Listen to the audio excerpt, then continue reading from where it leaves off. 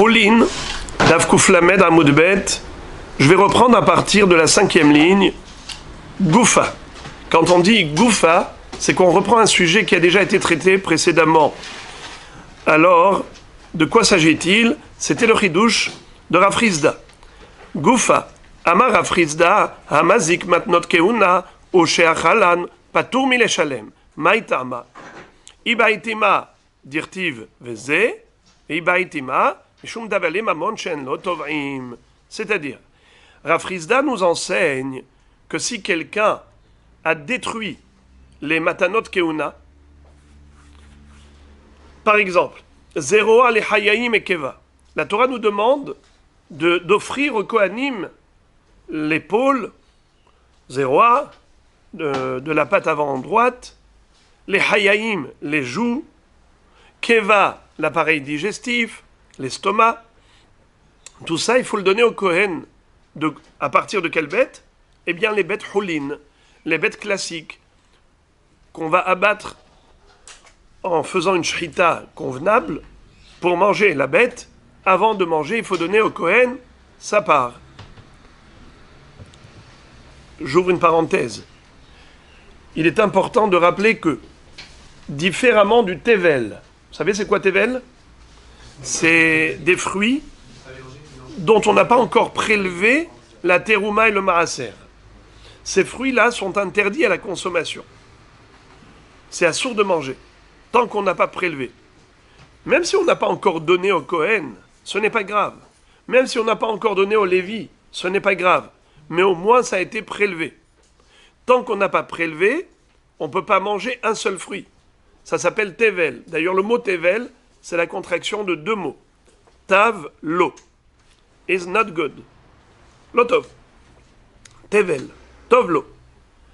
Eh bien, pour Zeroa le Hayayim et Keva, bien qu'il y ait une mitzvah de prélever de la bête, Zeroa le Hayayim et Keva, mais ce n'est pas tevel. J'ai le droit de manger la viande et après je donnerai au Kohen le Zeroa le Hayayim et Keva. Il n'y a pas d'obligation de détacher le Hayayim, la Keva, le Zeroa pour pouvoir manger la viande.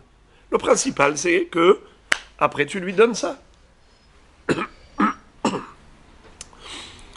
Donc c'est un hiyuv de cadeau, mais il n'y a pas de isur tevel. C'est le din. Il y a des halachot de tevel qui ont été donnés que pour les fruits. Cette halakha n'a pas été donnée pour les bêtes. Bien que ça c'est matana, et ça c'est matana. Mais ça c'est matana qui fait que tous les fruits sont interdits parce qu'il y a du tevel mélangé dedans. Et au niveau de la behema, bien qu'à l'intérieur se trouve Zeroa le Hayayim et Keva, ça ne rend pas la bête interdite à la consommation pour autant. Je ferme la parenthèse pour dire que Rav Hizda nous enseigne que si une personne a détruit ses matanot keuna, il a détruit le Zeroa le Hayayim et Keva, ou bien il les a mangés. Donc maintenant, il aurait dû dédommager les Kohanim, payer une indemnité aux Kohanim. Eh bien non. Hamazik matnot keuna osheachalan, patour. Pour quelle raison? Il y a une raison qui est basée sur une logique. C'est un raisonnement logique. Lequel?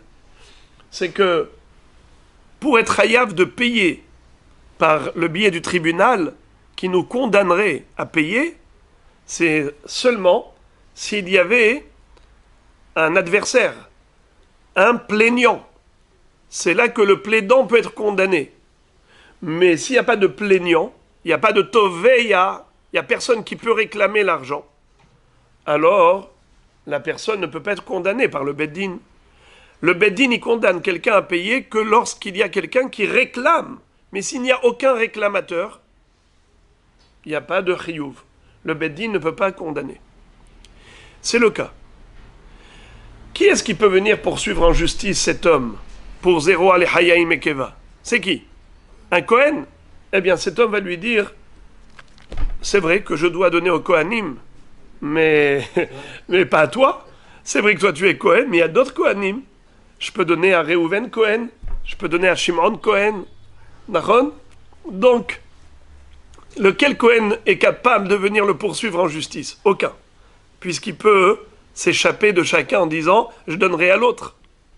Ça s'appelle Mammon chez Enlo Tovaim, l'argent pour lequel il n'y a pas de réclamateur. Deuxième raison, c'est déduit du pasouk. Lequel pasouk? Veze ihye mishpat hakohanim. À propos des Zero Alechayaim et Keva, il est écrit Veze.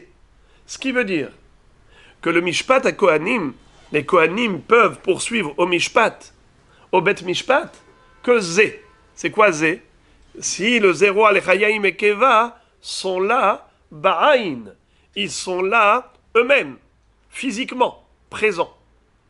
Mais si le Israël les a mangés, ou il les a détruits, il les a brûlés par exemple, ou il les a jetés à la mer, eh bien, là ils ne sont pas présents. Le Kohen, qu'est-ce qu'il peut faire? Il peut réclamer que la valeur monétaire. La Torah n'a pas condamné le Israël à payer la valeur équivalente aux Zéroa, les Hayaïm et Keva. Voilà les deux raisons que la Gemara avait données pour justifier la thèse de Rav Hizda, qui consiste à dire qu'un Kohen ne peut pas poursuivre en justice un Israël par rapport au Nezek, au dommage qu'il lui a causé par rapport au Zéroa, les Chaim et Keva. Ok. À ce propos, on avait déjà vu une première question, n'est-ce pas? Metive, Vezeye Mishpat HaKohanim, Melamed Shamatanot, Din, Lema Hilreta, Lav Leotzian Bedayanin. On avait déjà vu hier cette question, qu'a priori, on peut déduire d'une baraïta clairement que oui, le Kohen a le droit de poursuivre le Israël en justice par rapport au Zéro Alechayaim et Keva qui lui a endommagé. Puisque c'est écrit Vezeye Mishpat HaKohanim, Melamed Shamatanot, Din. Les matanot, c'est un devoir et c'est un devoir juridique. Donc ça peut être réclamé au sein du tribunal.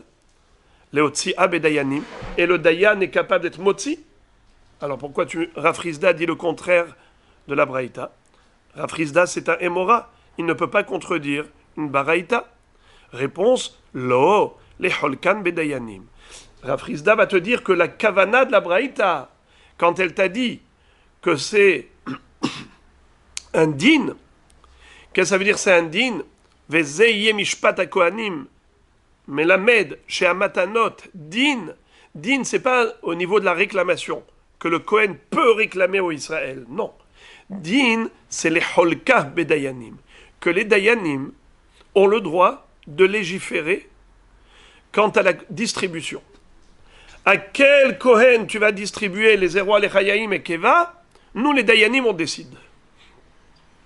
Et en effet, ça a eu lieu à une époque. À l'époque du roi Hizkiya, qui a décidé qu'il va falloir donner Zéro Alechayaim et Keva à qui? Uniquement des Kohanim Talmidei Chachamim, pas des Ama Haaretz. C'est ce qu'il avait décidé en tant que Beddin. Voilà. Donc, Melamed Shamatanot Din, dans le sens où la Torah va conférer au tribunal le pouvoir de statuer quant à la distribution des matnot kehuna. Les Holkan Bedayanim. Ugde Rav Shmuel bar Nachmani, d'Amar Rav Shmuel bar Nachmani, Amar Rabbi Yonatan, Minayin she'en notnin matana le Kohen Ama Haaretz, sheneemar, vayomer la'am, le Yoshvei Yerushalayim, la tête menat hakohanim vehalviyim, le maran yehezku betorat Hashem, kol hamachazik betorat Hashem, yesh lo menat. ושאינו מחזיק בתורת השם, אין לו מנת. נכון? Lui, Hizkiya Melech, qui considérait que l'étude de la Torah, c'est essentiel, d'ailleurs il a entraîné tout le peuple juif à l'étude de la Torah, il a dit qu'il ne faut pas donner des matanot keuna à un Kohen qui est ignorant en Torah. Celui qui délaisse l'étude de la Torah, c'est pas la peine de le soutenir. financièrement par les matnot keuna. Car Kadosh Baruch Hu nous a donné cette mitzvah de subventionner les Kohanim. C'est pas pour rien. C'est parce que eux représentent la tribu qui se consacre à l'étude de la Torah. Ou les Lévi Amar, Tumecha ve'urecha leish hasidecha asher nisito b'masa teriveu al memeriva, haomer le'aviv u'li'imo lo reiti ve'techav lo ikir ve'banav lo yada, ki shameru imratecha u'britecha imtzoru, yoru mishpatecha le'Yaakov ve'toratcha le'Yisrael, yasimu ketorah be'apecha ve'chalil al mizbechecha, barech Hashem chelof al yadav tirtze. Qu'est-ce que ça veut dire? Que Akadosh Baruch Hu nous demande à nous, Am Israël, de soutenir la tribu des étudiants de la Torah. Car l'étude de la Torah, c'est l'âme d'Israël. Alors il faut soutenir les étudiants. Et c'est qui étudie? Toute une tribu. Shevet Lévi, les Kohanim. Ils ne veulent pas étudier, alors c'est pas la peine de les soutenir. Car la mitzvah qu'on a de soutenir les étudiants de la Torah, c'est parce qu'ils font profiter tout le peuple. Alors tout le monde doit mettre la main à la poche pour les soutenir financièrement. Mais si le Kohen il est Ama'aret, ça veut dire qu'il ne veut pas étudier, alors quel est l'intérêt de le soutenir? Chizkiya a décidé de les destituer de ce droit. Est-ce qu'il en avait le droit? Oui. Veze ye mishpat ha-kohanim, melamed she'amatanot din. Et le Dayan peut décider à qui donner, à qui ne pas donner. Les holka bedayanim. Les halek.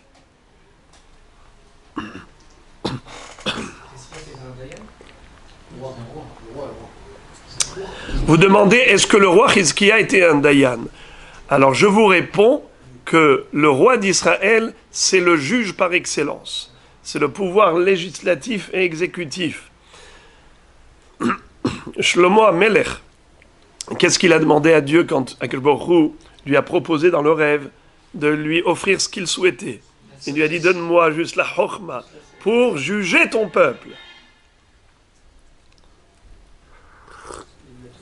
Toute la réputation de la chokhma de Shlomo HaMelech s'est faite par le biais d'un jugement pour lequel il avait dû trancher entre les deux femmes qui se disputaient le bébé survivant. Depuis, on appelle ça Mishpat Shelomo. Encore une question, une objection adressée à Rav Chizda. Tashma, Rabbi Yehuda ben Betera Omer, Mishpat melamed she'amatanot din, yachol afilu hazeh vashok din, Talmud lomar veze. La Baraïta nous dit que veze ye mishpat ha-kohanim. Les matanot font partie du domaine juridique. Matanot din. La Braïta nous dit, attention, c'est restreint. Ça ne s'applique que aux Zeroua, les Hayaim et Keva, mais pas au Hazeh Vashok du Korban Shlamim. Ça veut dire que le Hazeh Vashok, la poitrine et l'épaule de la patte avant droite, que l'on doit donner au Kohanim, ça, c'est... Il n'y a pas de notion de din à ce propos. La Gemara dit, les mailles. Qu'est-ce qu'on a voulu exclure? Les mailles. Elima leholko bedayanim, atu hazeh vashok, lav bedayanim mihalku. Qu'est-ce que ça veut dire? Si on va expliquer qu'un matanot din, ça veut dire quoi din? Les holka bedayanim, comme Rav Chizda a expliqué précédemment, la baraïta précédente, c'est comme ça qu'il a répondu. Comment il avait tiré son épingle du jeu, Rav Chizda? Il a dit, il ne faut pas comprendre din, c'est que le Bet Din peut condamner un Israël à payer un dédommagement, des indemnités pour les matanot qu'il a détruits. Non. Enomotsia bedayanim. C'est vrai que les holka bedayanim. C'est ça le pirouche? Alors les holka bedayanim, je ne comprends pas. Y a-t-il une différence entre Hazeh Vashok et Zeroua les Hayaim et Keva? Mais c'est exactement pareil. De la même façon que le roi Chizkiya a dit qu'il fallait donner Zeroua les Hayaim et Keva uniquement à des Kohanim, Talmidei Chachamim, et pas au Kohen Ama'aret. Ainsi, pour le Chazé Vachok, il a dit il faut donner à qui? À des Kohanim, Talmidei Chachamim, et pas des Amea Aretz. Donc, ne me dis pas que Melamed Shamatanot Din, c'est dans le sens de l'Echolka Bedayanim. C'est sûr que c'est l'Eotsia Bedayanim, donc c'est une couchia sur Afrizda. Et là, là, l'Eotsi Bedayanim. La question revient à la case départ. La Gemara répond à Chabemay Askinan de Atuliyade. Extraordinaire. Rafrizda a joliment répondu. Il dit, tu veux savoir dans quel cas, en effet, les Dayanim ont le pouvoir de soutirer de l'argent du plaidant quand le Kohen est plaignant? Quand est-ce que les Kohanim, quand est-ce que le Bedim peuvent condamner le Israël à payer un dédommagement pour les matanot keuna? C'est seulement lorsque le Kohen a déjà reçu le Zeroa Lechayaim et Keva en main propre. Zeroa Lechayaim et Keva, il les a reçus en main propre. Puisqu'il les a reçus, alors là, en effet, la Torah te dit, mais la Medsha Matanot din, les Kohanim peuvent condamner le Israël à payer au Kohen le Zeroa Lechayaim et Keva. Mais on avait dit que celui qui détruit le Zeroa Lechayaim et Keva, le Beddin ne peuvent pas le condamner à payer. D'accord? C'était ça la couchia sur Afrizda. La Gemara de répondre, ça dépend. Il y a l'avant et l'après. Si c'est avant de donner au Kohen Zeroa Lechayaim et Keva que le Israël a endommagé ces trois choses, il les a jetés à la mer ou il les a brûlés dans le feu ou il les a mangés, c'est uniquement dans le cas où maintenant ces trois objets sont absents. Zeroa Matanot, Zeroa Lechayaim et Keva ne sont plus là physiquement. Alors il s'agit simplement de condamner le Israël à payer. Ça, le Beddin ne peuvent pas. Le Beddin ne peut pas. Par contre, si le Kohen a déjà reçu son Zeroa Lechayaim et Keva, et voilà qu'arrive le Israël, il dit, je regrettais, je les retire. Je vais les manger, ou bien je vais les jeter. Là, le Beddin condamne le Israël à payer. Tu as volé de l'argent. Tu as volé au Kohen alors qu'il avait déjà fait Kinyan.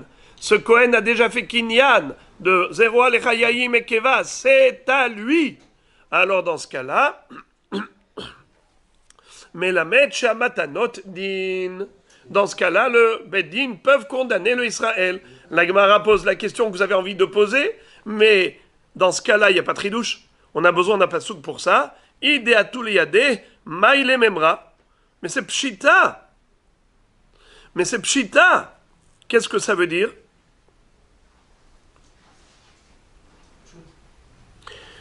Quelque chose qui est à lui, tu lui prends. On a besoin d'un pasouk pour me dire que c'est condamnable.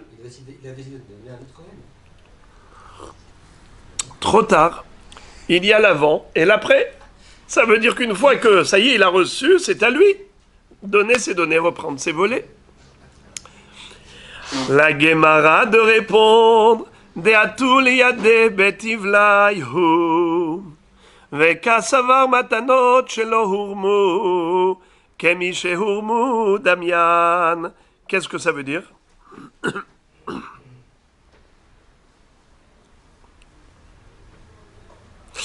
D'habitude, le mot tevel, ça désigne des céréales ou des fruits dont on n'a pas encore prélevé la terouma et le maaser, n'est-ce pas? Et qui sont interdits à la consommation. Je vous avais dit en préambule, entre parenthèses, que la notion de tevel n'existe pas pour la viande, pour la behema. Et pourtant ici, la Gemara a employé le terme tevel, même pour une behema, dont on doit prélever on doit prélever les trois matanot, Zeroa Lechayaim et Keva. C'est juste ce qu'on appelle la shon mush'al.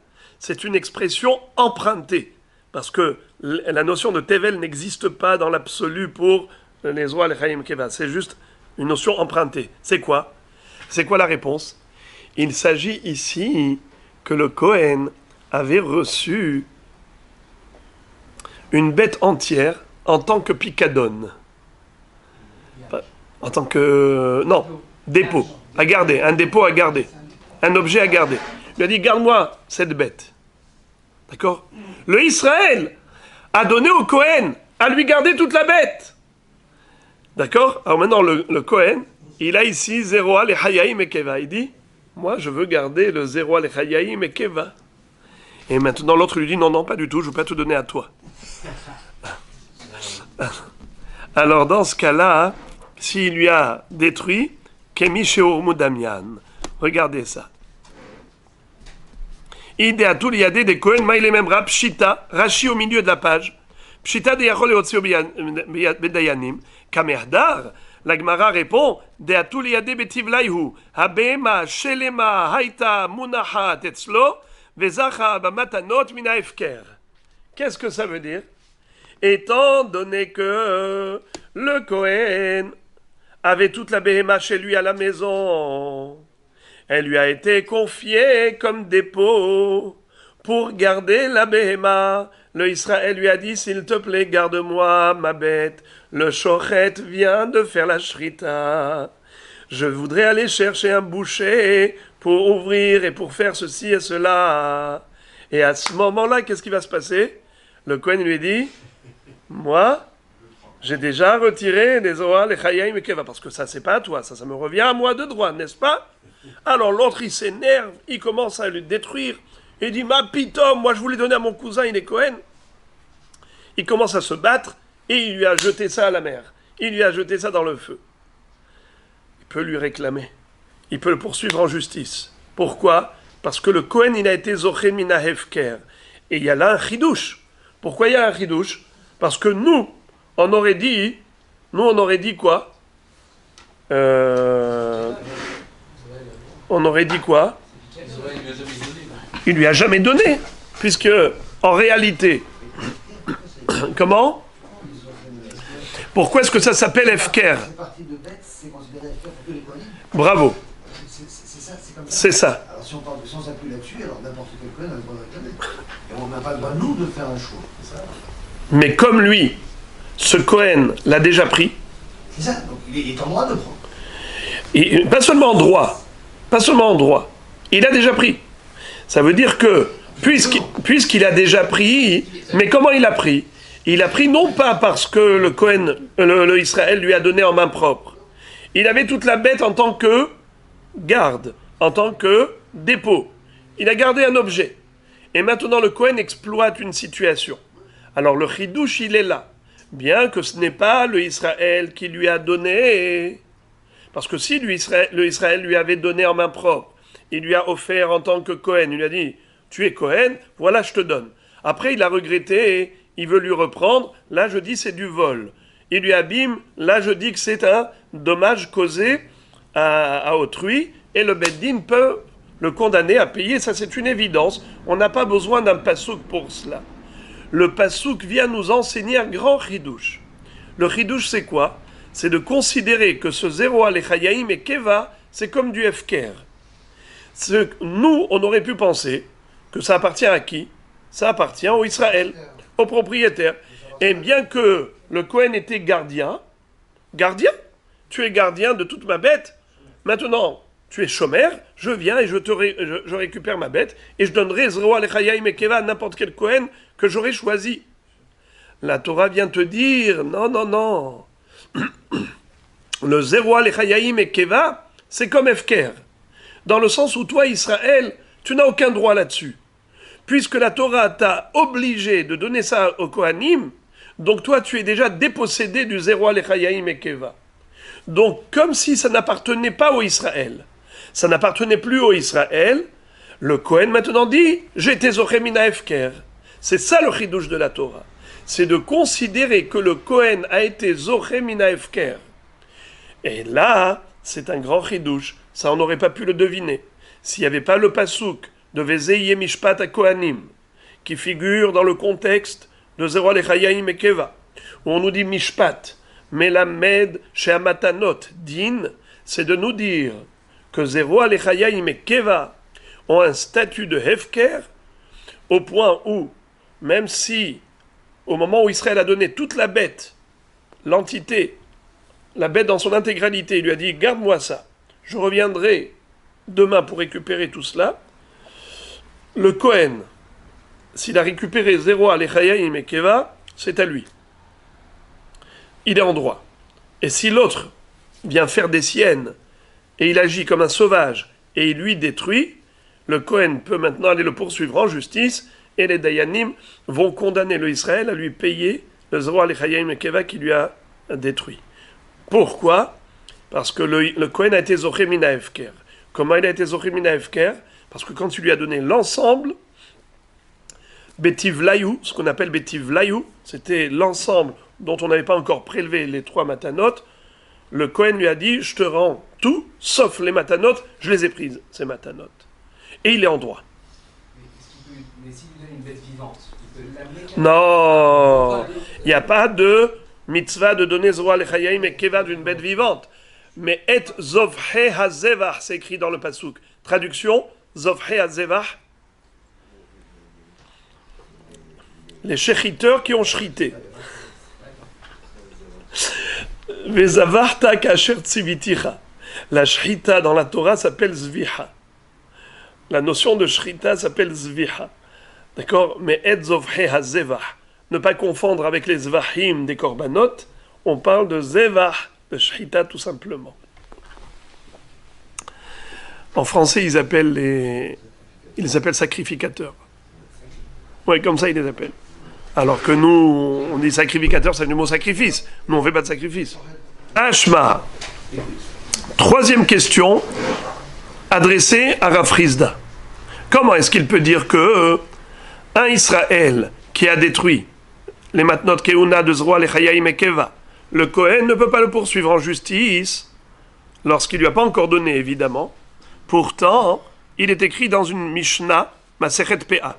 Baal Habayit, שהיה עובר ממקום למקום וצריך ליטול לקט שכחה ופאה ומעשר עני נוטל וכשיחזור ישלם. דברי רבי אליעזר. Qu'est-ce que ça veut dire? Rabbi Eliezer nous dit que si jamais il y avait un Baal Habayit, c'est-à-dire un homme riche, un homme classique, qui Baruch Hashem n'est pas pauvre, il voyageait. Chemin faisant, sa gamelle s'est épuisée. Il n'a plus de quoi manger. Il n'a plus de quoi manger. Maintenant qu'il est en chemin, il est pauvre. Il est très riche chez lui, il est milliardaire. Chemin faisant, il n'a plus rien. Quel est son statut maintenant? Est-ce qu'il a le droit de manger ce qu'on appelle Maaser Ani? Est-ce qu'il est habilité à recevoir le don qu'on donne aux pauvres, Maaser Ani? Est-ce qu'il a le droit de récolter leket, shirha et pea qu'on laisse aux Aniim?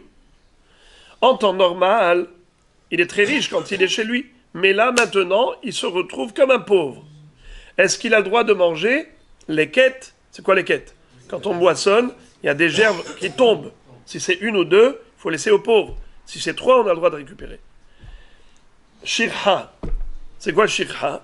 Si l'agriculteur, le Baal Habayit, a oublié des bottes de blé dans le champ, qu'il n'a pas ramené à la grange, eh bien, il doit les laisser aux pauvres. S'il y a 1 ou 2 fagots, il doit les laisser aux pauvres. S'il y en a 3, c'est trop important, il a le droit de récupérer. Mais 1 ou 2, c'est shirha. PA, c'est quoi? C'est au moment de la moisson. Il doit laisser un coin du champ, non moissonné, pour les pauvres. Minatora, c'est combien? Même une gerbe de blé. A PA, bikurim, vereayon. Elle a un shi'ur. Même une gerbe de blé, ça suffit. Mais Hachamim ont dit, qu'est-ce que tu vas laisser aux pauvres? Une gerbe de blé. 1/60. Tu laisses 1/60 du champ. D'accord? Leket, shirha et pea, c'est pour les pauvres. Le Baal Habayit, shaya over mimakom les makom. Le Baal Habayit qui voyageait d'un endroit à l'autre et qui maintenant se retrouve dans la nécessité. C'est un nécessiteux. Est-ce qu'il a le droit de manger ce qui revient aux pauvres? Réponse oui. Mais après, quand il rentrera chez lui, il doit rembourser. Qui va réclamer? Les pauvres? On va dire, monsieur, toi, en tant que riche, on te poursuit en justice. Alors, Rashi dit, Uksheyachzor, Yeshalem, Alma, Kol midé de Hayve Rahamana le mitav la'anim, Habarishon, Yachol le tov'o, Vewadin le matnot keuna. Donc la Gemara dit, on fait un parallèle. Tu vois que de la même façon que les pauvres peuvent réclamer à ce riche leur dû, ainsi les Kohanim pourraient réclamer au Baal Abehema leur dû. Zéro ale Hayaim et Keva, on le doit au Kohanim. Lui, il a détruit, eh bien le Kohen devrait pouvoir réclamer. Pourquoi rien à voir? Les Kohanim, on a dit qu'il y a plusieurs Kohanim qui peuvent réclamer, donc c'est pas un seul. Par contre, le pauvre, n'importe quel pauvre peut venir lui, en tant que pauvre, et réclamer son dû. Là, cette fois-ci, vous m'avez étonné. Répétez ce que vous dites. Et là, je voudrais que vous répondiez vous-même. La même chose. Exactement la même chose. C'est exactement la même chose. Dans les deux cas. Dans les deux cas, c'est la même chose. C'est exactement pareil. Non, le Kohen, on a dit que le Kohen, il y a plusieurs Kohen. Ouais. Donc, aucun Kohen peut se présenter et réclamer son dû. Mais le pauvre, en tant que pauvre, il est vraiment pauvre, lui, donc il peut vraiment lui réclamer ce qu'il C'est ça. son dû. On ne peut pas dire, il y a plusieurs pauvres et je peux le donner à n'importe quel pauvre. Pourquoi non? Bah non, c'est pas la même chose. Pourquoi c'est pas non? Parce que toi, tu peux décider à qui donner ton, Tu peux décider à quel pauvre tes donner parties aussi. de membres. Et Tu peux dire, je le donne à ce Kohen. Mais tu peux décider aussi. Mais à un pauvre, tu peux pas dire non, je donne pas à toi. Parce que tu lui as pris son dû déjà à la base. Il a... Est-ce que vous êtes d'accord, que vous êtes capable de répondre à cette question? Non. Non? Alors répétez-la une troisième fois. Non. La réponse, elle saute aux yeux. Bien sûr. Il peut dire à chaque pauvre, mais il y a un autre pauvre à qui je peux donner. Comme il peut lui dire, je peux donner à un autre Kohen, je peux donner à un autre pauvre. Il donne au pauvre qui veut. Il n'y a pas qu'un seul pauvre. Il y en a 1000. Il n'y a pas qu'un seul Kohen, il y en a 1000. Je ne pas refuser, toi. Alors la Gemara répond. Amara Frisda midat chasidut shanukan. Ça veut dire quoi?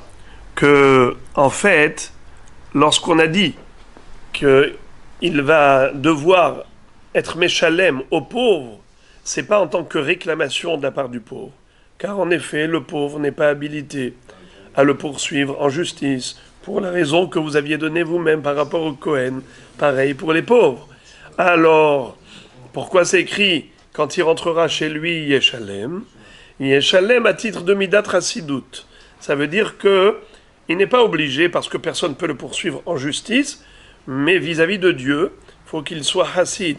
Tu étais, c'est vrai, dans la nécessité quand tu étais en voyage, mais dans l'absolu, tu es riche. Tu es revenu chez toi, tu as retrouvé ta richesse. Alors, par Hassidut, par Humra, tu dois donner aux pauvres ce dont tu as profité. Excusez-moi, je vais répondre à Nissim.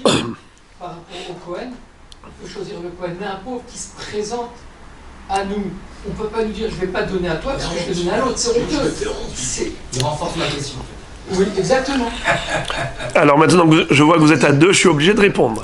Je renforce la question. Mais c'est oui, non, mais c'est honteux. Un pauvre, il vient. C'est vrai, c'est vrai, c'est vrai que, mais c'est pas une question d'humiliation, c'est une question de devoir juridique. Quelqu'un qui me poursuit en justice, c'est qu'il vient au nom de la loi, au nom du droit, n'est-ce pas? Pour pouvoir condamner quelqu'un à payer, il faut qu'il y ait un article 145 du code pénal. Ça veut dire que s'il n'y a pas un chiyuv juridique, on ne peut pas me condamner à payer de ma poche quelque chose. Alors le pauvre là, il va réclamer au nom de quoi? Ah, mais tu avais mangé ce qui revenait aux pauvres. C'est qui les pauvres? C'est tous les pauvres d'Israël. Malheureusement, il n'y en a pas qu'un seul. Alors de ce fait, qui dit que je te dois à toi? Je donnerai à quelqu'un d'autre. Et à l'autre, à quelqu'un d'autre. Ça fait que personne ne peut réclamer. S'il n'y a pas d'antagoniste, il n'y a pas de plaignant physique au Beddin, il n'y a pas ce qu'on appelle en hébreu un toveya, un toren. Donc il n'y a pas de possibilité pour le Beddin de condamner qui que ce soit. Le Beddin condamne le nitva sur la base de la réclamation du Toveya. S'il n'y a pas de réclamateur, il n'y a pas de condamnation.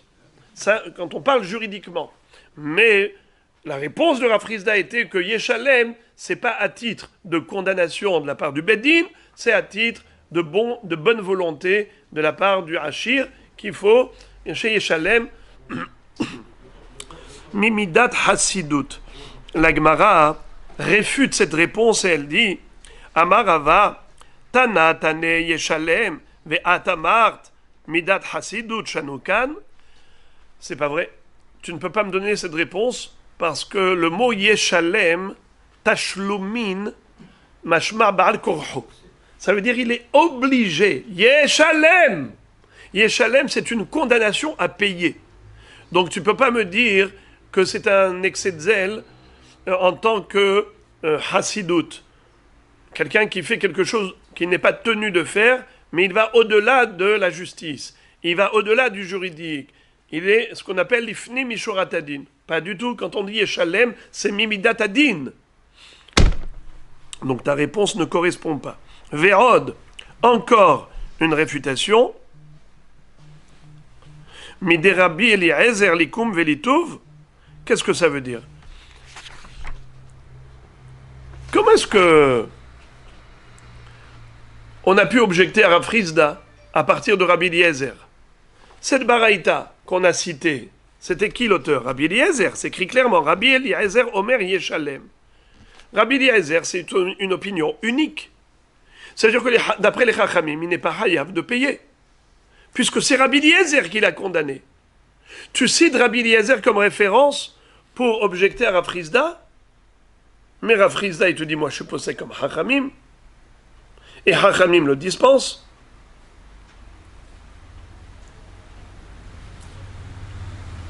Vous avez compris la double objection? La Gemara s'étonne, et elle dit, premièrement, la réponse n'est pas bonne, et deuxièmement, la question n'est pas bonne.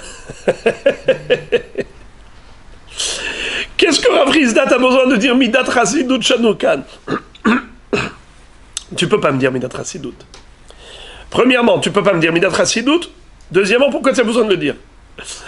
Tu peux pas me le dire parce que c'est écrit Yeshalem, donc c'est pas Hasidut. Deuxièmement, pourquoi tu te sens embêté, Rav Frisda? Ça ne devrait même pas te chatouiller, cette question-là. Ils t'ont posé une question à partir de Rabbi Eliezer.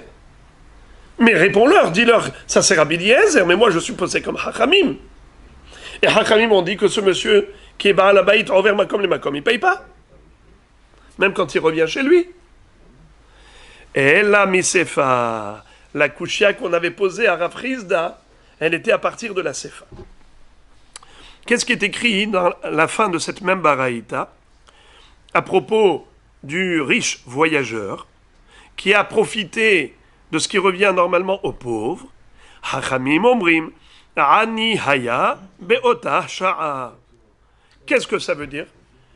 Il n'y a aucune obligation de rembourser quand il va revenir chez lui.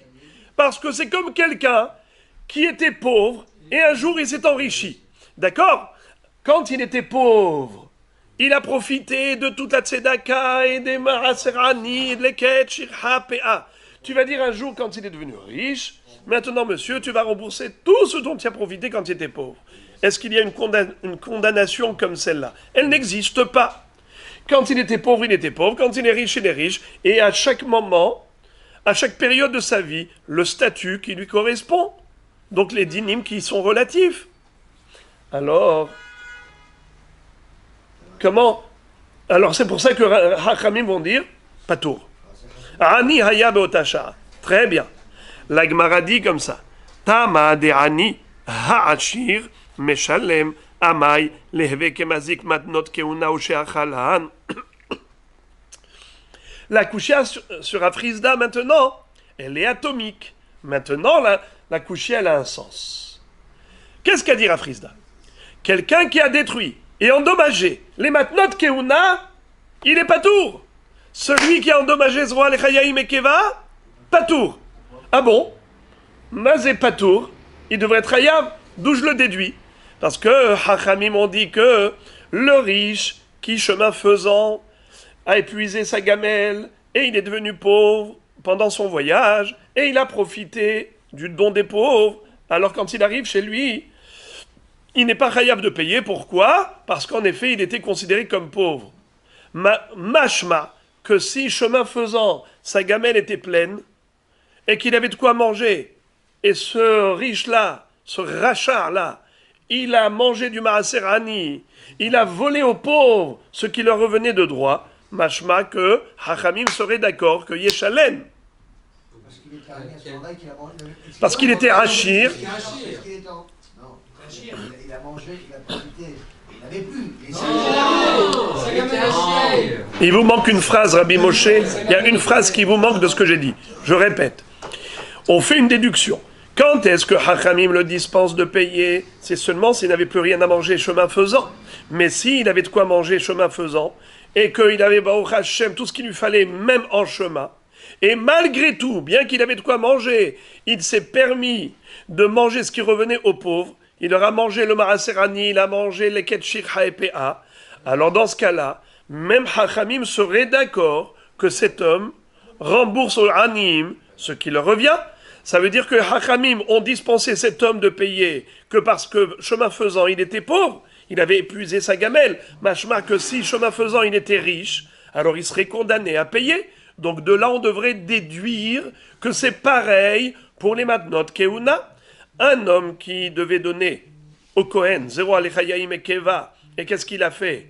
Hizik o achalan, il devrait rembourser.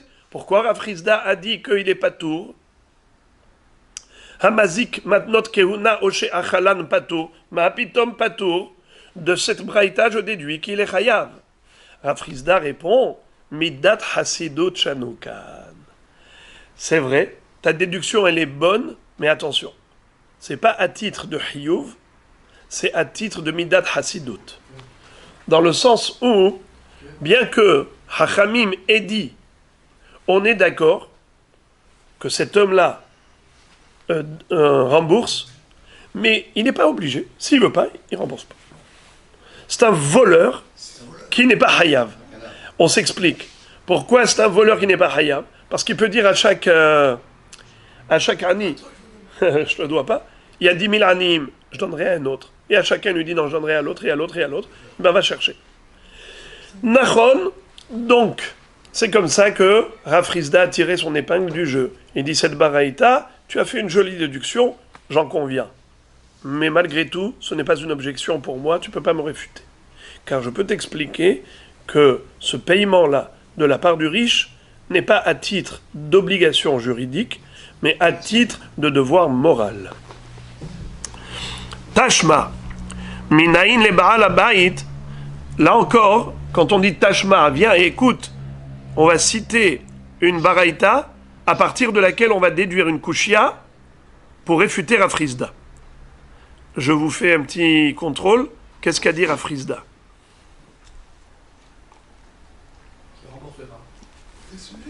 Très bien. Rav Chisda a dit qu'il ne rembourse pas. Rav Chisda a dit que celui qui détruit, qui endommage les matnot keuna n'est pas chayav de rembourser. Kushia. Tashma, minayin le baal habayit she'achal perotav tvalim, vechen levi she'achal ma'azrotav tvalim, minayin shepatur min hatashlumin. Talmud lomar, velo yechalelu et kodshe bnei Israel, asher yarimu l'Hashem, asher yarimu, en lecha bahem, ela mishat harama va'ilach.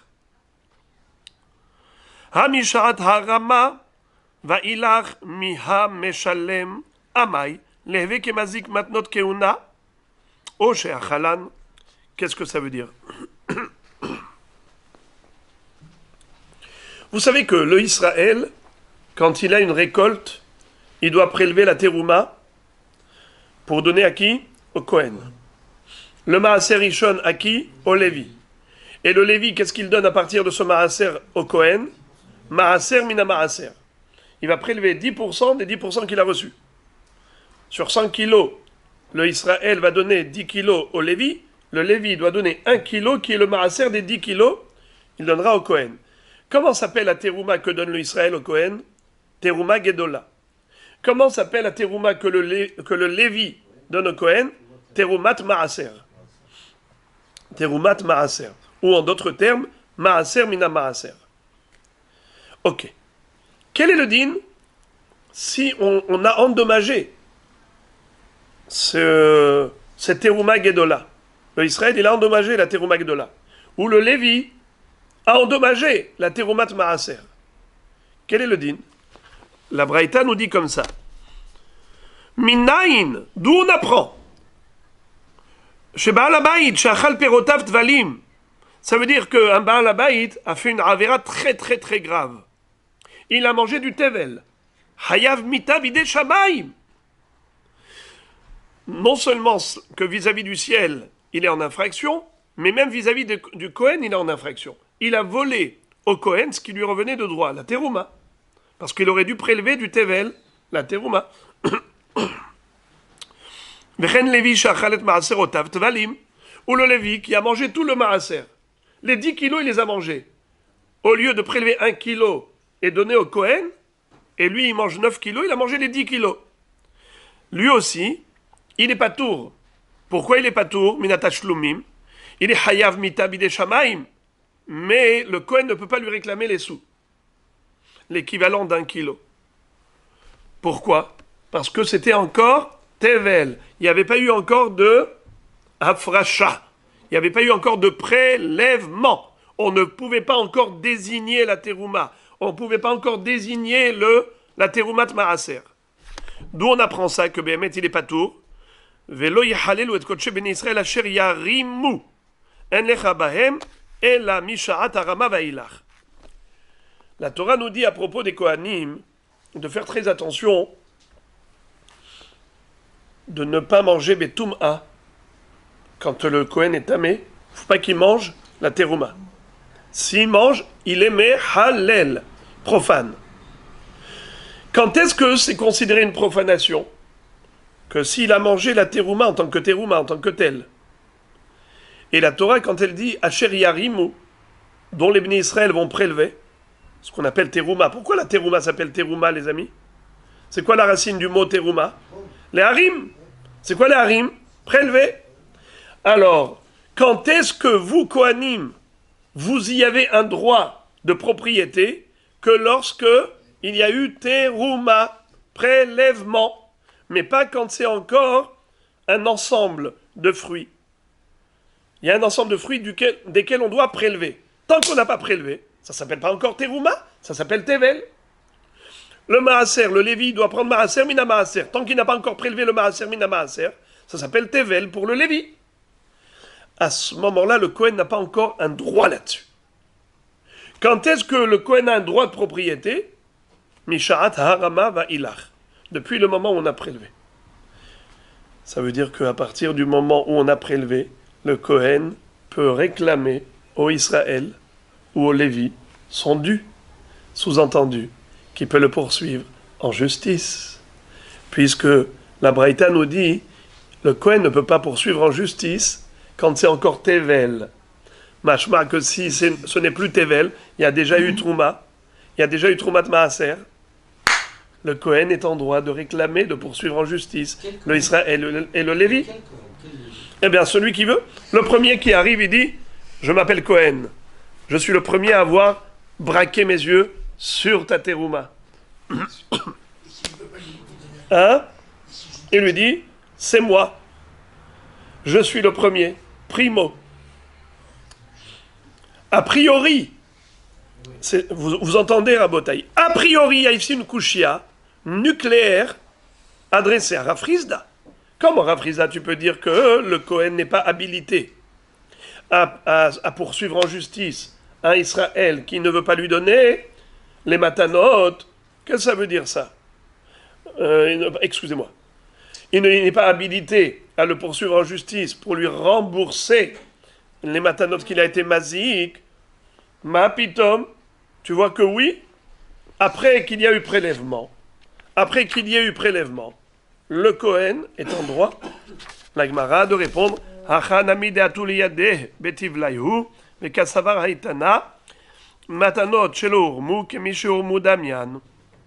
Qu'est-ce que ça veut dire? La même réponse qu'on avait donnée tout à l'heure, rappelez-vous. lorsque le Israël avait donné l'ensemble à garder chez le Cohen. Il a dit, Monsieur Cohen, vous êtes mon voisin, je pars en vacances, ça vous dérangerait pas de me garder tous ces fruits? Le Israël demande au Cohen d'être le gardien. Il a donné au chat à surveiller le lait. Donc il lui a dit, tiens, gardez-moi s'il vous plaît tout ce tevel. Le Cohen, il dit dans ce tevel, il y a de la terouma. D'accord? J'y ai mis mes yeux là-dessus. J'ai porté mon regard.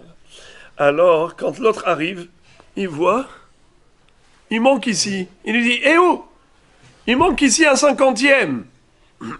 Ou bien si c'était son voisin, c'était Monsieur Lévy. Pardon. Le propriétaire, c'est Monsieur Lévy, qui a donné au Cohen à lui garder tout le marasser. Il voit, il y a 1 kilo en moi. Marasser, mina marasser. Il dit, eh oh, moi je te donnais 10 kilos. Qu'est-ce que c'est que ces 9 kilos? Il lui a dit, je les ai pris. Il lui a dit, mais ça va pas, non?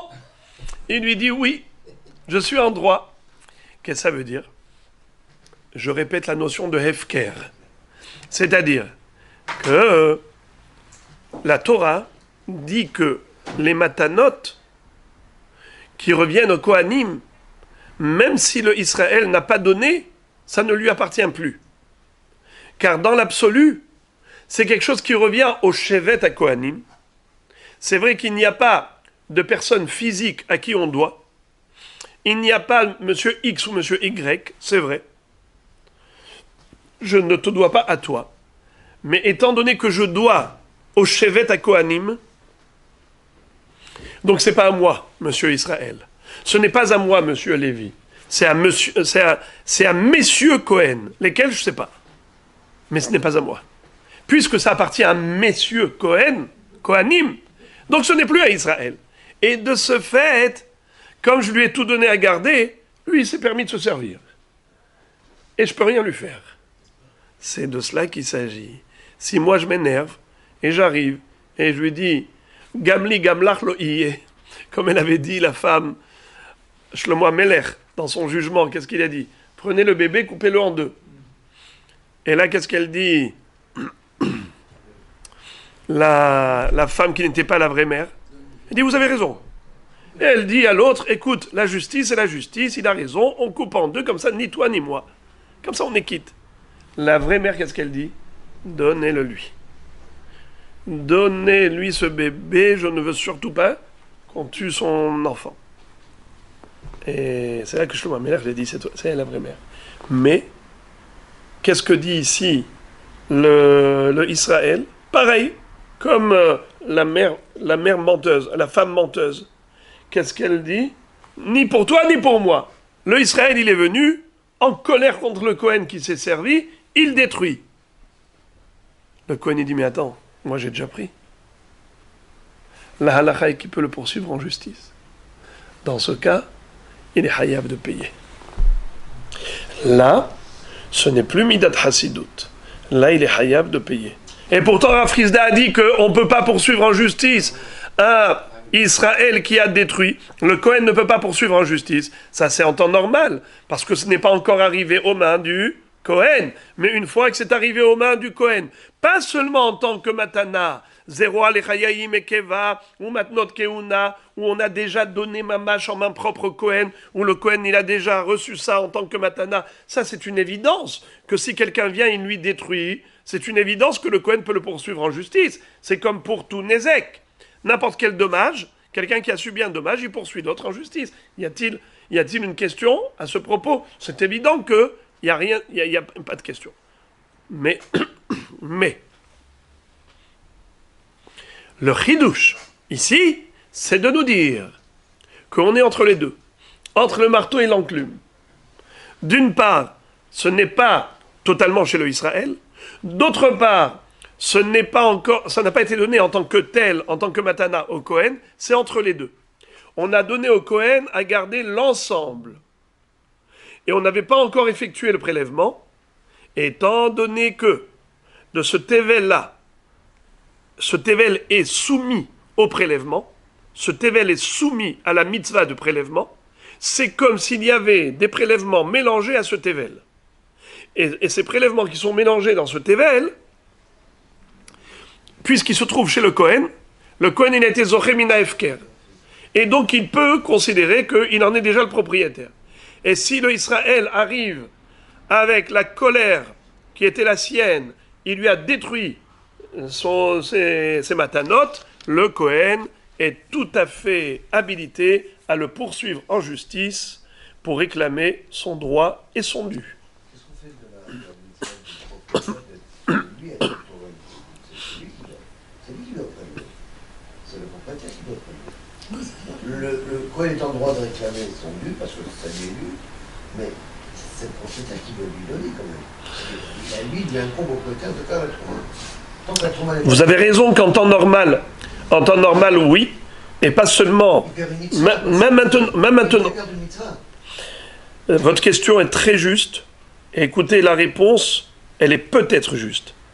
Parfois, je trouve que la réponse, elle est plus belle que la question. Mais cette fois-ci, la question est plus belle que la réponse. Écoutez ça. Là, regardez ça. J'ai la totalité. Il y a ici du Tevel. Normalement, il y a ça qui lui revient. C'est-à-dire, je peux choisir ça, je peux choisir ça, je peux choisir n'importe. Donc, on n'a pas encore désigné, on n'a pas encore prélevé. Et tout de même, comme nous le savons pertinemment, que Asher Yarimu, qu'est-ce que ça veut dire Asher Yarimu au futur? Le verbe a été conjugué au futur. Asher Yarimu. Ça veut dire qu'il y a dans le Tevel le potentiel de Teruma. Dans le Tevel, c'est-à-dire l'ensemble, il y a le potentiel de ce qu'on va prélever. Donc, bien qu'il n'ait pas encore été désigné, 1. 2. Bien que ce ne soit pas le Israël qui a donné au Kohen. Parce que normalement, c'est écrit Venatan la Kohen, et pas Velaka ha Kohen. Venatan la Kohen, et pas Velaka ha Kohen. Tout de même, étant donné que c'est destiné à être prélevé, il y a une partie, un 50e. En général, on dit que c'est un 50e. Aïn Tova, c'est Had me Arbaim, Aïn Ra'a, c'est Had me Shishim, et Aïn Benonit, c'est Had me Hamishim. Puisque c'est destiné à être prélevé un 50e, on considère comme s'il y a eu déjà prélèvement et qu'on l'a remis dedans. Il y a eu prélèvement et qu'on l'a remis dedans. Si c'était comme ça, on a ici la terouma qui est posée ici. Et maintenant, l'ensemble se trouve dans les mains du Kohen. Le Kohen, il dit, j'ai la volonté d'acquérir la terouma qui est dedans. Alors, qu'est-ce qui va se passer? Ce sera avec un effet rétroactif. Dans le sens où, quand le Israël va prélever, il va prendre la terouma, le Kohen va dire, cette terouma, elle est déjà à moi. Car elle était potentiellement déjà prélevée, et elle était chez moi. Comme on a déjà expliqué ce matin, Kinyan Hatzer, c'était posé chez moi. Ou bien même carrément, j'ai tout soulevé. Kinyan Agba. Donc, potentiellement, je l'avais déjà acquis. Et donc, après, quand on va concrètement prélever, il y aura un effet rétroactif. Que cet élément qui va être prélevé concrètement après, il s'avérera rétroactivement que cette terouma appartenait déjà au Kohen. Auquel titre? Parce qu'elle était Hefker. Pourquoi elle est Hefker? Parce que le Israël n'a aucun droit. D'accord, mais il peut dire au Kohen, il n'y a pas que toi, monsieur Kohen, il y a 1000 Kohanim, j'aurais pu donner à un autre. Il lui a dit, c'est vrai. Mais étant donné que c'était Hefker chez moi, j'ai été le Kohen qui a été Zoché Mina Hefker. Donc c'est un peu subtil, mais c'est comme ça qu'il faut expliquer.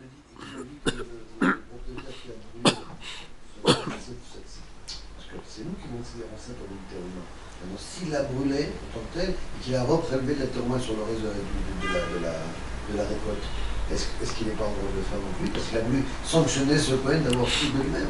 Oui. Est-ce que ça ne marche pas? Alors, de quoi il s'agit ici? C'est qu'après prélèvement, que l'Israël a prélevé, et que le Kohen a pris.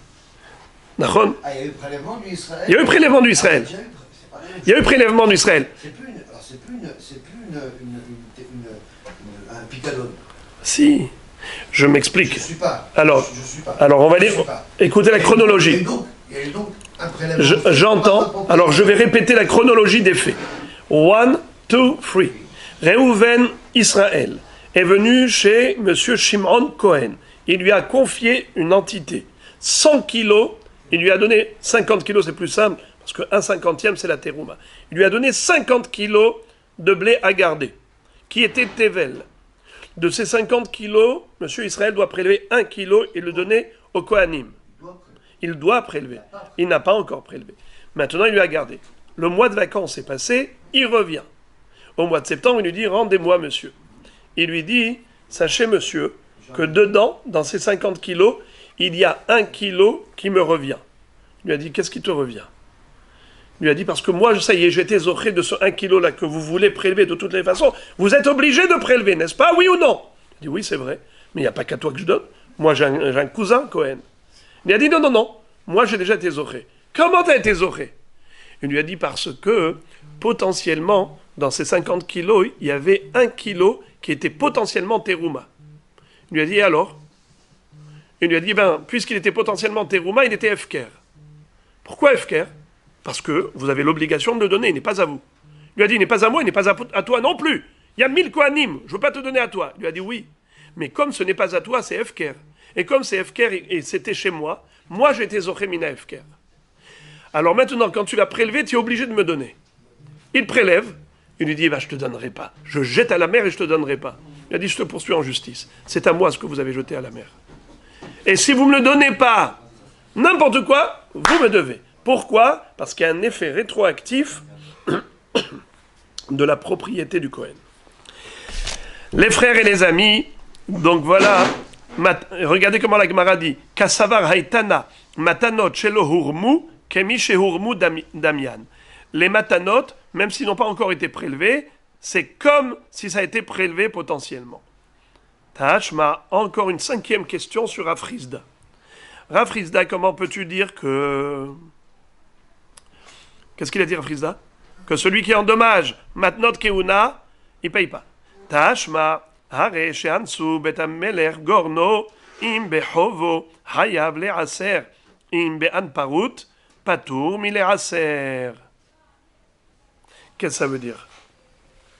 Quel est le din si Betameler, le percepteur du palais royal, est venu et a pris, je commence par dire il a pris, et après je dirai comment il a pris. Il a pris des céréales qui appartenaient au Israël. Monsieur Israël avait des céréales qu'il devait prélever. Ces céréales-là, il lui a pris. D'accord? Exemple, il y avait dedans 100 kilos de blé. Le percepteur, qui vient du palais royal, vient au nom du roi et va lui prendre ces 100 kilos. Alors, il y a deux possibilités, deux hypothèses. La première, Behovo. La deuxième, c'est Be'an Parot. C'est quoi An Parot? C'est une spoliation des biens. Le roi se permet. Il fait ce qu'il veut. C'est la dictature. Il vient et il confisque des biens. C'est une possibilité. Soit on a affaire à un roi démocrate, un roi qui n'est pas dictateur, simplement, il y a le devoir des citoyens. Il faut reverser au trésor royal sa taxe, ses impôts. Il faut payer son chauv. Il y a des impôts. Alors, si c'est behovo, ça veut dire que c'est pas, on lui a pas volé. C'était normal qu'il paye ce chauv. Alors dans ce cas-là, on dit, monsieur, dans les 100 kilos, tu devais donner maaser au Lévi. Maaser, 10 kilos. Toi maintenant, tu devais 100 kilos au roi, mais il y a 10 kilos du Lévi que tu lui as donné. Tu profites là de 10 kilos? Ça va pas, non? Rembourse au Lévi. C'est 10 kilos. Mais si c'était Be'an Parut, ça veut dire c'était le dictateur qui l'a spolié. Donc on a volé à M. Lévy, lui il n'a pas dédommagé M. Lévy. C'est M. Lévy qui s'est fait spolier ces 10 kilos. Si c'était un devoir que l'Israël devait de toutes les façons payer, alors on lui dit, monsieur, tu devais payer de toutes les façons ces 100 kilos au roi. C'était des impôts. Alors 90 kilos, c'est de chez toi, mais 10 kilos, c'est ce que tu aurais dû donner au Lévi. Alors maintenant, tu ne vas pas t'en sortir comme ça. Hein. Bien que le roi ait pris c'est 100 kilos, toi tu dois donner au Lévi 10 kilos. Tu restes hayav de maaser. Mais dans la mesure où c'est une spoliation, eh bien les deux vous avez été spoliés. On ne peut pas dire que tu as profité. Quand tu dois des impôts, eh bien tu as profité. Quand tu ne dois pas des impôts, tu n'as pas profité. Alors maintenant écoutez la question. Tashma, hare she'ansu, bet amelech gorno, im behovo, hayav le'aser, in be'an parut, patour min le'aser. La question est de savoir, im behovo, hayav le'aser. Qu'est-ce que ça veut dire, im behovo, hayav le'aser? Si c'est un hov, alors il doit payer. Qu'est-ce que ça veut dire, il doit payer? Mais il n'a rien à payer. On a dit d'après Rav Rizda que quelqu'un qui a endommagé des matanotes, qu'il doit au Kohen ou au Lévi ou au Ani, eh bien, on ne peut pas le poursuivre en justice. Qu'est-ce que ça veut dire Hayav le Shalem, Hayav le Aser? Mais quoi Hayav? Rav Rizda a dit qu'il n'y a pas de chiyuv, il n'y a aucun devoir juridique. Ça veut dire qu'il n'y a pas une personne physique qui peut venir me condamner, qui peut venir me poursuivre en justice pour me condamner à payer. Il y a Monsieur Lévi qui vient, qui réclame son maaser. Je lui dis, Monsieur Lévi, moi j'en connais 1000 des Lévi'im. Je te dois rien à toi. Tu n'es pas la personne physique qui pourrait me condamner, qui pourrait me poursuivre en justice. J'ai d'autres Lévi à qui je peux donner. C'était bien la svara de Rav Rizda. Nachon. Le maaser, on le donne sur ce qu'on gagne, pas sur ce qu'on a déjà donné. Les impôts, je n'étudie pas les maaser des impôts. Le maaser, on ne parle pas de maaser d'argent. On parle de maaser de la récolte. Écoutez le maaser de la récolte. De cette récolte, je dois prélever 10 kilos, donner au Lévi. J'avais 100 kilos, j'aurais dû prendre 10 kilos et donner au Lévi. Qu'est-ce qui s'est passé? Le roi est venu, il a pris les 100 kilos. Oui, il a tout pris. Mais finalement, dans ces 100 kilos-là, il y a 10 kilos que je devais au Lévi. Nahon? Maintenant, monsieur Lévi, il dit, donne-moi mes 10 kilos. Tu avais 100 kilos, donne-moi mes 10 kilos. Il dit, mais le roi, il m'a pris. Le Lévi lui dit, moi, je n'en ai rien à faire. C'est ton problème à toi. Moi, les 10 kilos que tu me devais, tu me les devais. Toi, tu devais au roi 100 kilos. Et à moi, tu me devais 10. Tu devais 110. Tu devais 100 kilos au roi, c'est des impôts. Tu devais 10 kilos au Lévi, c'est aussi un devoir de la Torah. Donc, en tout, combien tu devais? 110. Comment tu vas t'en sortir, toi, maintenant? Avec 100 kilos. Tu me dis, oui, mais on m'a pris les 10 kilos que je te devais, on me les a pris. C'est ton problème. Nachon? Alors tu vois qu'on peut réclamer. La Gemara a de répondre, Shane Atam de Kamishtar chez les... Qu'est-ce que ça veut dire? Ça, c'est différent. Pourquoi est-ce qu'il lui doit? Parce qu'il profite. Ça veut dire que, là maintenant, à l'heure qu'il est, il avait un devoir d'impôt. Il devait des impôts au roi. Donc les 10 kilos qu'il devait au Lévi, il est en train de les donner au roi. Et le roi, il lui réclame. Donc c'est pas que du passé, c'est aussi du présent. C'est la raison pour laquelle il peut le poursuivre en justice. Comme ça dit Rashi. Shane acha de kamishtar shele. Regardez en haut Rashi, dans les premières des petites lignes. Hatam, lav beotsaa bedayanin nanba, ela hiyuva be'alma, kish'ar hiyuve ma'asrot, behiyuva, vaday ika ale de hamishtar shele, klomar, mistacher uba, share yatzarich lifroa ma'ot. Qu'est-ce que ça veut dire? Rashi nous dit, attention, ne pas se tromper. Ce n'est pas une réclamation juridique. En effet, Rav Rizda a toujours raison de dire qu'aucun Lévi, aucun Kohen ne peut venir au nom de la loi des Matanot Keuna ou Matanot Lévia ou Matanot Anihim réclamés au Israël. Et en effet, là pareil, le Israël lui dit, ça y est, c'est déjà donné au roi, je te dois rien. C'est vrai. Mais nous, on dit à monsieur Israël, toi tu es un tzaddik, t'es pas quelqu'un qui veut se débarrasser des mitzvot. La mitzvah de Maaser, tu l'as faite? Tu ne l'as pas faite. Tu es en train de profiter du Maaser. Tu veux ou tu ne veux pas faire la mitzvah de Maaser? C'est vrai que si tu cherches des échappatoires, vis-à-vis juridiquement parlant, tu veux trouver des échappatoires, eh bien on ne peut rien faire contre toi. Qu'est-ce qu'on peut faire? Mais toi, maintenant, tu n'es pas un rachat. Toi, tu veux faire la mitzvah du maaser. Alors, on te le dit. Ne pense pas que tu es dispensé du maaser. Ne pense pas qu'étant donné que le roi est venu, et c'est lui qui t'a tout pris, tu vas dire, eh ben, qu'est-ce que le Lévi, je lui dois rien? Le roi, il m'a tout pris. Moi, je devais donner au Lévi 10 kilos. Mais qu'est-ce que vous voulez que je fasse, moi? Je devais aussi donner au roi. Je devais donner... Oui. Moi, j'avais deux créanciers. C'est la réponse d'Agmara. La réponse d'Agmara, c'est que comme je devais donner au roi aussi, donc Kamishtar, je ne peux pas profiter de ce qui revient au Lévi. Voilà pourquoi il y a une mitzvah. Mais cette mitzvah, elle est vis-à-vis de Dieu, pas vis-à-vis de l'homme. C'est-à-dire, aucun homme ne peut venir me poursuivre en justice. Hein? Malgré tout. Malgré tout. Il ne peut pas me condamner juridiquement. Ça veut dire que, je peux lui dire, il y a un autre Lévi, il y a un autre Lévi, il y a un autre Lévi. Donc, on reste dans le même esprit de Rafrizda. Rafrizda me dit, juridiquement parlant, on ne peut rien faire contre cet homme. Personne ne peut le condamner en justice. Dans le cas où il avait deux créanciers et qu'il a payé un créancier sans payer l'autre. Oui, parce que ici, On ne peut pas le condamner. parce qu'il n'y a pas de matière. Physiquement, il n'y a plus rien. Plus rien. D'accord. Donc ça fait que c'est sur du passé. Tu veux me condamner par rapport à du passé, mais qu'est-ce que tu veux que je fasse, moi? On me l'a pris. Malgré tout, bien que lui ne peut pas te poursuivre en justice, mais vis-à-vis du ciel, tu n'es pas quitte. Pourquoi? Parce que tu as utilisé ce que Akadosh Baruch Hu t'a demandé de donner au Shevet Lévi, tu l'as utilisé pour payer tes impôts. Alors c'est la raison pour laquelle on te dit, donne malgré tout au Lévi. Mais ce n'est pas à titre juridique, c'est à titre de devoir moral vis-à-vis de Dieu. Dans le sens où tu ne t'es pas acquitté de ton devoir de maaser. Alors Frisda, c'est comme ça que Frisda répond.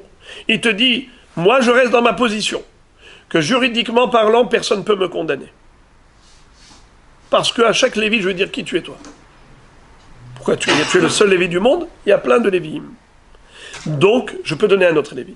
Donc, on reste là-dessus. Alors Frisda dit, je ne bouge pas de ma position. On ne peut pas condamner quiconque par rapport à un devoir moral. Ça veut dire son devoir, c'est vis-à-vis d'Hachem, c'est pas vis-à-vis de moi. Et s'il donne pas, S'il ne donne pas, c'est vis-à-vis d'Akadosh Baruch Hu. Mais personne ne peut le condamner à payer. personne ne peut le condamner à payer. Exactement. Excuse-moi, le roi qui a pris du Tevel, c'est normal? Ou les impôts qui ont pris du Tevel? C'est normal ça? La question, c'est pas... C'est un goy. Non, mais On quand le- parle en France, pas ici. non, mais quand le roi il est venu chercher les 100 kilos, c'est que le monsieur là en question, il avait un crédit antérieur. Donc il s'est mis dans le pétrin quelque part. Donc le roi est venu chercher ce qu'il devait et ce qu'il devait avant. Et alors, qu'est-ce que ça C'est change? pas le même cas. Si non, il vient. Qu'est-ce que ça change? Bah, ça change, Ça change ça qu'il change reste beaucoup. redevable Parce que que si s'il a- il était, voilà, s'il devait, il n'a pas payé depuis des années, là il vient, il s'est mis dans le pétrin, il n'a pas payé ses dettes depuis des années. Donc là il vient, effectivement, le roi il vient, il lui prend tout par rapport à ce qu'il devait. Donc là effectivement, il doit quelque part vis-à-vis d'Akadosh Baruch Hu. Mais si il a tout payé, il est à jour. Et là le roi il vient, il lui prend ses 100 kilos d'un coup, sans qu'il ait rien fait. Donc là, on ne peut pas dire qu'il est redevable de quelque chose, il lui a tout pris, c'est pas de sa faute. Bravo, vous dites ce qui est écrit dans la Braïta. C'est ce qu'a dit la Braïta, que si c'est Béhan Parout, il n'est pas tour, mais il est Rasser. Que si ça a été une spoliation des biens juifs, Nahon, des biens qui appartenaient aux juifs, dans ce cas-là, il n'est pas tour. Que ce soit le roi ou un voleur, c'est pareil. Exactement. Si on lui a volé son Bediouk. il est en mesure de pouvoir donner des paroles de main. S'il doit, ce que je comprends pas, c'est quand même s'il doit. Si vous croyez que vous avez terminé, eh ben vous vous trompez. C'est qu'il y a encore deux questions, 6e et 7e question qui va être adressée à Rafrizda. Tashma, encore une question. Et là, c'est une Mishnah qui figure dans le daf suivant, dans le daf Kufla Medbet. C'est écrit Mechorli bene me'eha shel para ve'haya bahem matnot keuna notnan la kohen ve'no nakelo min ad-damim לקח ממנו במשקל נותנם לכהן ומנקלו מן הדמים. עמי, להווה כמזיק מתנות כהונה או שאכלן. Regardez s'il vous plaît dans le Daf Kufla Medbet. Tournez s'il vous plaît la page. En bas. Kufla Medbet à Hamoud Aleph en bas. Imaginez-vous lorsque quelqu'un va chez un boucher, un shohet, il va lui dire, l'acheteur va dire au vendeur, au chevillard qui est shohet, qui vend de la viande, il lui dit Amarlo, mechorli bene me'eha shel para. C'est-à-dire, Réhouven dit à Shimon le boucher Mechorli bene me'eha shel para. Vends-moi, s'il te plaît, les entrailles de la para. Les entrailles. Ve'ayu bahem matanot. Qu'est-ce que ça veut dire, Ve'ayu bahem matanot? Dans les entrailles, qu'est-ce qu'il y a? L'estomac, la keva. Notnam la kohen. Qu'est-ce que ça veut dire? Notnam la kohen. L'acheteur doit donner au kohen cette matana qu'il a achetée. Nachon? Ve'eno menakelo minadamim. Qu'est-ce que ça veut dire? Le vendeur n'a pas besoin, le vendeur n'a pas l'obligation d'être menaké minadamim. Ça veut dire, c'est aux frais de qui? Ce sera aux dépens de qui? Qui va payer cette keva-là? Alors, puisqu'il lui a dit, quand elle était encore vivante, il lui a dit, vends-moi les entrailles. Hein? Qui a acheté? L'acheteur. Donc, mais quand la bête à la base, elle appartenait à un propriétaire. Le propriétaire, il se devait de donner le keva. Non, c'est vivant, non? Donc l'animal est vivant, il doit. On parle plus de la bête vivante, on parle des Oui, mais vivants. justement, mais il a voulu l'acheter en tant que vivant. Il dit, je veux les entrailles quand elle est vivante. Donc c'est l'acheteur qui doit. Le résultat elle-même. Non. Elle-même. Puisque c'est FK. On revient au même que de dire que c'était potentiellement la bête, elle est faite, c'est une entité dans lequel, dans cette entité, il y a des choses qui peuvent appartenir au propriétaire de la bête. Tant qu'il est vivant, il a appartenu au propriétaire. Mais vivant ou mort? Non. Elle est vouée à être morte, cette bête. Non. Elle est vivante pour l'instant. Très bien. Mais elle est d'accord. Mais moi, je peux pas acheter un keva sachant qu'il est d'office. Enfin, attendez, je peux pas acheter un keva sachant qu'il est d'office. Tu peux pas acheter la bête vivante. Tu peux pas acheter la bête vivante. J'achète la bête vivante et à ce moment-là, je suis redevable. Mon fils, il est pas. alors, je vais préciser. On parle d'une bête qui a été déjà shritée. Donc, on est déjà après la shrita. Maintenant, il y a deux possibilités. Soit il lui dit, vends-moi l'ensemble de l'appareil digestif, tous les bnéméraïm, toutes les entrailles, tu me vends toutes les entrailles de la bête, ce qu'on appelle bnéméraïm, et à l'intérieur des entrailles, qu'est-ce qu'il y a? L'estomac, la keva qui revient au Kohen. Ça, c'est une hypothèse. Soit il lui dit, vends-moi bemishkal bassar. Il lui dit, vends-moi au poids. Il ne lui a pas dit l'ensemble des entrailles, il lui a dit, vends-moi au poids les entrailles. Les bnéméraïm. Quelle est la différence? C'est que s'il lui a dit, vends-moi les entrailles, ça veut dire que le lokeyah, l'acheteur, il est au courant qu'il y a dans les entrailles une keva, qu'il n'a pas le droit de manger, il doit la donner à qui? Au Kohen. Donc c'est qu'il a été prêt, lui, de faire la mitzvah. Ça veut dire qu'il dit, c'est comme s'il disait en d'autres termes au vendeur, ce n'est pas grave, c'est moi qui prends sur moi la mitzvah. J'achète tous les bnéméraïm en connaissance de cause. Je sais qu'il y a à l'intérieur dedans une keva, que je dois au Kohanim. C'est qui paye? C'est moi. Je te paye l'ensemble, ça coûte tant, et moi, de cela, je vais prélever, je vais donner au Kohen. Mais il y a deuxième hypothèse. Il lui dit, Mechorli bemishkal. Je veux 10 kilos de viande de cette partie de Bnei Meraim.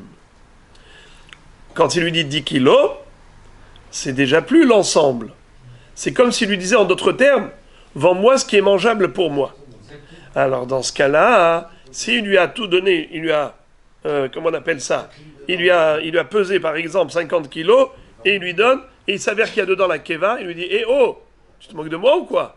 Tu m'as donné la keva des Kohanim, tu m'as vendu ce qui n'est pas mangeable pour moi, tu m'as fait payer ce qui n'est pas à moi. Alors dans ce cas-là, menakelo minadamim, d'accord, il doit lui déduire du prix, le prix de la keva, puisque ça, ce n'est pas vendable. La keva n'est pas vendable. Quand il lui a dit, vends-moi le tout, Mechor li benemeria shel parazu ve'ayu bahem matanot notnam la kohen ve'eno menakelo min adamim. Le vendeur n'a pas besoin de lui rembourser le prix de la keva parce que l'acheteur, il savait qu'il y avait dedans une keva et tout de même il lui a dit donne-moi la totalité, ça veut dire qu'il prend sur lui la mitzvah. Mais les kahanemenu bemishkal, mais s'il lui a dit vends-moi tant de kilos, c'est comme s'il lui a dit vends-moi ce qui est mangeable, tant de kilos qui est mangeable. S'il lui a refilé dedans la keva, alors notnam la kohen umenakelo min adamim. Ça veut dire le loki arrive à devoir remettre la keva au kohen et il vient réclamer au Israël les damim, le remboursement. Alors la question de la Gemara est comment ça se fait qu'il peut lui réclamer le remboursement? Amai kemazik matnot keuna oshe achalan. Qu'est-ce que ça veut dire? Normalement, il ne peut pas réclamer le remboursement. D'après Rafrizda, on a déjà dit que celui qui est mazik matnot keuna oshe achalan, on ne peut pas réclamer. Réponse, shane atam deitanhu be'enayhu. C'est-à-dire, ici, les matnot keuna, la keva, elle est là. La keva, elle est ba'ain. Quand est-ce qu'on a dit qu'on ne peut pas réclamer? C'est une fois qu'il n'y a plus de matnot keuna. Elles ont disparu, soit endommagées, soit consommées. Lorsqu'il y a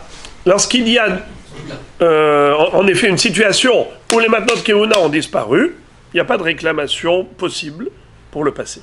Par contre, lorsque c'est là, alors monsieur, comment il s'appelle? Monsieur Israël, il dit à monsieur vendeur, dis-moi cette keva là, tu me l'as fait payer, ah pitom, je dois la donner au Kohen, rembourse-moi. Puisque c'est Baha'im, les matnot keuna, c'est déjà différent. Tashma, enfin, la 7e et dernière question qu'on va adresser à Rafrizda, qui a dit qu'on ne peut pas réclamer matnot keuna rétroactivement s'ils ont été endommagés, s'ils ont été déjà consommés. Tisha, Nirse, Kohen. La Braïta nous dit qu'il existe 9 sortes de biens qui appartiennent au Kohanim, de matanot qui appartiennent au Kohanim. Comptez avec vos doigts. Teruma. C'est quoi Teruma? C'est la Teruma Gedola, qu'on doit prélever un 50e qu'on donne au Kohanim. 2. Trumat Maaser. C'est qui donne à qui? Le Lévi donne au Kohen, Maaser mina Maaser. Fait 2. Hala, c'est le prélèvement de la pâte. À qui on donne? Au Kohen. 3e cadeau qu'on doit au Kohanim. Reshit Agez, le début, les prémices de la tonte. Lorsqu'on a tondu un troupeau, alors la laine qu'on veut utiliser, il faut d'abord prélever et donner un 60e au Kohen. Matanot, c'est quoi Matanot? Zeroa, les Hayaim et Keva. Après avoir abattu rituellement une bête profane, une bête classique, on doit, avant de manger, donner au Kohen Zeroa, les Hayaim et Keva. Haddemai, c'est quoi Demai? C'est ce que Hachamim ont institué, de prélever de la récolte que l'on achète chez des Ramé Haaretz. Normalement, quand on achète des fruits, généralement, ils sont déjà prélevés. On a déjà prélevé la terouma, nachon, mais si tu vas chez un Rama Haaretz, tu n'es pas sûr qu'il a prélevé, alors, mis-safek, Hachamim ont dit qu'il faut prélever. Pourquoi on dit que c'est comme Miderabanan et pas safek de Oraïta? Parce qu'on avait fait une statistique, on avait vu que le Rov des Ramé Haaretz, il prélève. Seulement, il y a un mirout, il y a une minorité qui ne prélève pas, alors on a quand même on a fait une takana miderabanan de prendre en considération cette minorité et prélever. Abikurim, les prémices des fruits. De quels fruits? Hita ou seora, gefen, teena, verimon, zaït, tamar. Les 7 fruits d'Eretzred, il faut apporter une fois par an au Bet Hamikdash les bikurim. Mais à qui ça va après? Qui va les manger? Les Kohanim. Après la procédure dans le Bet Hamikdash. Vea keren, vea homesh. C'est quoi keren? C'est quoi homesh? Quelqu'un qui a volé ce qu'on appelle gezel la guerre. Et il a juré qu'il n'a pas volé. Quelqu'un qui a volé un guerre. Le converti n'a pas d'héritier. Et donc ce converti, quand il est mort, le Israël à qui pour il a voulu faire teshuva, il a dit je voudrais rembourser. Le guerre, il cherche le guerre, on lui dit il est mort. Il dit où sont ses héritiers? Il nous dit il n'a pas d'héritier. Comme il s'est converti au judaïsme, c'est comme s'il venait de naître. Il a coupé le cordon ombilical avec son entourage familial. Son seul entourage familial, ça aurait pu être sa femme, ses enfants. Il ne s'est pas marié, il n'a pas d'enfants, donc il est déconnecté. Cet homme est un homme sans héritier. Normalement, quelqu'un qui a juré à tort pour voler de l'argent est hayab de rembourser keren ve homesh ve hacham. Keren, le capital. Homesh, un cinquième en plus. Pour se faire pardonner quand il veut faire tchouva. Et s'il ne retrouve pas la personne qui avait été volée, il donne à qui? À ses héritiers. Mais comme il s'agit d'un guerre qui n'a pas d'héritier, à qui il doit rendre? Au Kohanim. Le keren ve homesh du gezel la guerre reviendra au Kohanim. Ça fait partie des 9 cadeaux énumérés par cette braïta. Alors la Gemara pose la question, elle dit, les mailles, quand tu as dit que tout ça c'est Nirse Kohen, Nirse Kohen, c'est de quoi Nirse Kohen? Ce sont des biens qui appartiennent aux Kohanim, dans le sens où les Kohanim sont propriétaires, sont détenteurs de tout cela. Lav Leotzian Bedayanim, quand tu me dis que le Kohen est détenteur de tous ces biens, sous-entendu que ça lui appartient, potentiellement, ça lui appartient, et par conséquent, si tu as détruit ou endommagé ces biens, il est à même de réclamer son dû. Lo, l'ekditnan. Personne ne peut réclamer, aucun Kohen ne peut poursuivre en justice le Israël. Non. Comme a dit Rafrizda, qu'aucun Kohen n'est habilité à le faire, à poursuivre et condamner quelqu'un au tribunal. Seulement, pourquoi est-ce que on nous a dit que ça s'appelle Nirse Kohen? Lema Amrou Nirse Kohen, shekone bahem avadim vekarkaot u behemat mea, u baal hov notlan behovo, veisha biktubata, vesefer Torah. Qu'est-ce que ça veut dire? En fait, la notion de propriété que la Torah a accordée aux Kohanim par rapport à tous ces biens, c'est pour dire qu'une fois qu'ils les ont reçus, ils ont le droit de faire avec ce qu'ils veulent. C'est comme moi, Israël, je suis propriétaire d'un bien, je peux faire avec ce que je veux. Eh bien, la Torah lui a offert, il peut faire avec ce qu'il veut. C'est-à-dire, regardez Rashi, dans les dernières petites lignes de Rashi. Lema Amrou, Lema Ilcheta, Vesefer Torah, Afalpi She'eno la Achila, Velo le Davar She'avo l'ide Achila. Qu'est-ce que ça veut dire? C'est que le Kohen a le droit de vendre tous ses biens et acheter même des choses qui ne sont pas mangeables. Regardez. L'iknot avadim vekarkarot ubemat mea ubal hov notlan behovo veisha biktubata vesefer Torah. Qu'est-ce que ça veut dire? Ça a une valeur monétaire. Le Kohen peut commercialiser tout ce qu'on vient de dire, bien qu'il y ait des choses qui ont une kedusha, mais ces objets Kodesh appartiennent au Kohen. Une fois que ça lui a été donné, il fait ce qu'il veut. Il peut par exemple vendre à un autre Kohen. Moi, Shimon Kohen, j'ai le droit de vendre à Yehuda Kohen la terouma. Et Yehuda Kohen le mangera. Oui, mais quoi, moi j'ai fait un bénéfice sur la terouma qui est kadosh? Pourquoi pas? Ça veut dire qu'il n'y a pas uniquement la consommation qui est l'exploitation du Kohen. le Kohen peut même commercialiser. Ça veut dire qu'il peut faire ce qu'il veut avec. Il peut même acheter avec ça un chien. Comment ça? Il a vendu sa terouma. Hein? Non, je vais leur expliquer ça. Par exemple, Réhouven, Cohen, a vendu à Shimon Cohen qui avait un chien, la terouma. Il lui dit, combien coûte ton chien? 200 shekels. Tiens, la terouma, donne-moi le chien. Ça reste entre Cohen, quoi. Ouais. Ça reste entre Cohen. Non. C'est pas sur la terouma. Ça reste entre Cohen. Pas obligé. Par exemple, il y avait un intermédiaire Israël. Imaginons, le Israël, il a envie de donner à son cousin qui est Cohen. Réhouven Cohen a vendu la terouma à Shimon Israël, et Shimon Israël a acheté cette terouma pour donner à son cousin Yehuda Cohen. Pourquoi? Parce que la terouma, ça coûte moins cher. Parce que c'est la clientèle, elle est sélectionnée. Il n'y a pas, elle est restreinte. Qui va acheter la terouma? Donc ça coûte moins cher. Alors il achète, il dit, je voudrais donner à mon cousin, le pauvre, il a du mal à joindre les deux bouts, à arrondir ses fins de mois. Tiens, je lui donne. D'accord? Donc j'achète la terouma pas chère et je lui donne à mon cousin Cohen. Un exemple, ce qui veut dire que le Cohen vendeur a le droit de vendre. C'est ça ce qu'on est en train de dire. Il fait ce qu'il veut. Il peut acheter ensuite avec cet argent, acheter un Sefer Torah. Comme un Sefer Torah, tu ne manges pas un Sefer Torah. Mais qui a dit qu'il faut manger la terouma? La terouma, je peux même la commercialiser.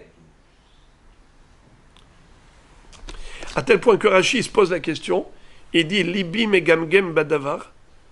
J'ai une hésitation dans mon cœur par rapport à l'histoire de Sefer Torah. Pourquoi est-ce qu'on a rajouté aussi qu'il peut acheter un Sefer Torah? Si c'est juste pour dire que, parce que le Sefer Torah n'est pas consommable, et on veut nous dire que l'exploitation du Kohen, elle est même dans un domaine qui n'est pas de la consommation, eh bien, on l'a déjà dit, Behemat Mea. Que le Kohen, il peut acheter avec ça, avec l'argent qu'il a gagné, il peut acheter même, comme j'ai dit, un chien, Behemat Mea. On l'a déjà dit, une Behemat Mea, c'est sûr que c'est pas consommable. Donc on nous a déjà fait allusion au fait que l'exploitation n'est pas limitée. Pourquoi on avait besoin de nous parler de Behemat Mea et de Sefer Torah? Moi, je pense que c'est pour nous donner des exploitations Kodesh, exploitation de Tum'a. Ça veut dire, tu peux acheter même une Behemat Mea, tu peux acheter un Sefer Torah. C'est deux antipodes. Maximum de Kedusha, c'est Sefer Torah. Maximum de Tum'a, Behemat Mea. Je pense que c'est pour ça que la Braïta a voulu nous donner un éventail très élargi de tout un panel d'exploitation. Voilà, donc on aura terminé pour aujourd'hui l'étude.